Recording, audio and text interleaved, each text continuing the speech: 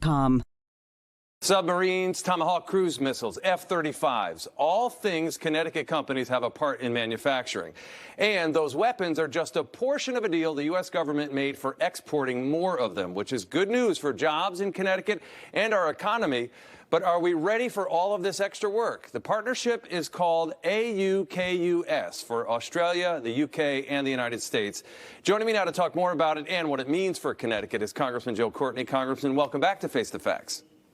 Hi, Mike. Great to be here. An important topic for our state. Absolutely. Defense contracting is already booming in Connecticut. We know that from our submarine contracts. What does this mean, first, for big industry and then the smaller companies who supply the electric boats and the Sikorskys of the world? Sure. So the AUKUS deal, which President Biden announced on September 15th, again, is really, I think, a defining statement of his foreign policy, which is that we are now engaging in the Indo-Pacific region much more deeply with probably, I would argue, one of our best, if not the best, allies that we have in the world. I co-chair the Friends of Australia caucus, and I've been over there a number of times and have seen really firsthand how integrated the U.S. Navy, the U.S. Air Force, and now we have Marine Corps base in Darwin, Australia.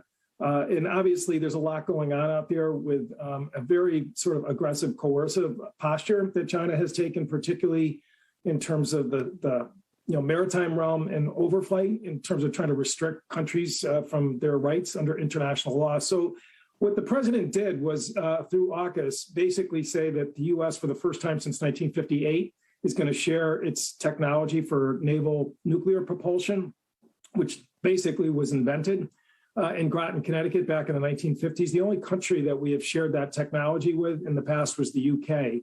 And this is happening at the same time Australia is basically recapitalizing their submarine force. The subs that they have, which are old diesel electrics, are really long in the tooth and really need to get replaced. So, obviously there's not too many places in the world that you can get that kind of, technology. And so, already the Navy is deeply engaged with the Australian government to try and, again, come up with a plan. Right now, we're pretty chock-a-block in Groton with our own recapitalization efforts for the Virginia-class submarine and now the Columbia-class.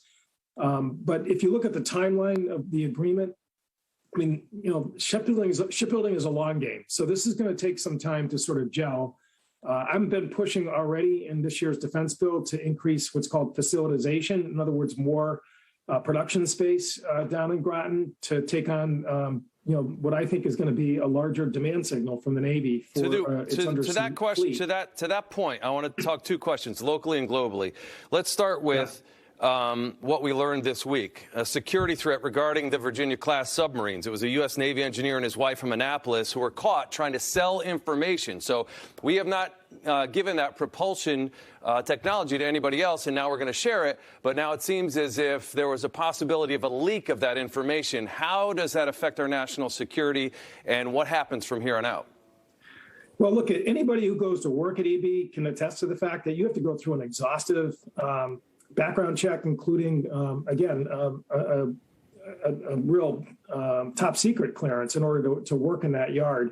Reading the indictment, which I did, this couple really were amateur hour, and the FBI was onto them very quickly. But nonetheless, I mean, with the cyber hacking and, that new reality that's out there right now, I mean, there's just no question that, frankly, in every realm, particularly in the defense sector, and this is something that affects small businesses that supply into the shipyard or the, F-35 program or the helicopter programs, they all have to harden their cybersecurity. I'm confident, and particularly in this case, obviously, that, they were onto these folks way early, and they're going to throw the book at them, which I think they should, and will send a strong message that you mess with this stuff, basically you're ending your life as a free citizen. Right. So you don't feel the plans will have to be scrapped and the submarine propulsion will have to be retooled, which would add to the cost. That's not going to be a problem, you think? No, actually, if you look at what they actually shared, it was just like a very little tiny sort of taste of the work that this guy was doing. And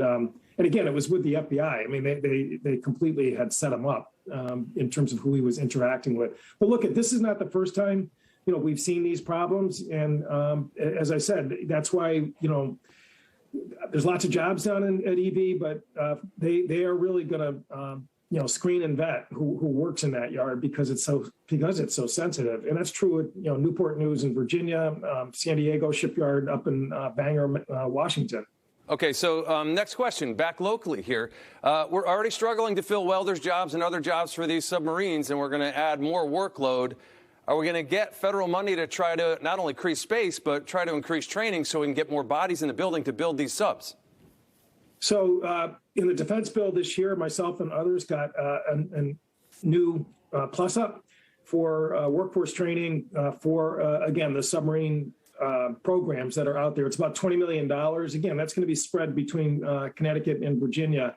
But to me, the real action is the president's Build Back Better agenda, which finally is going to invest in job training to a degree that the U.S. has really lagged in terms of other developed countries. I mean, it's an eye-watering number.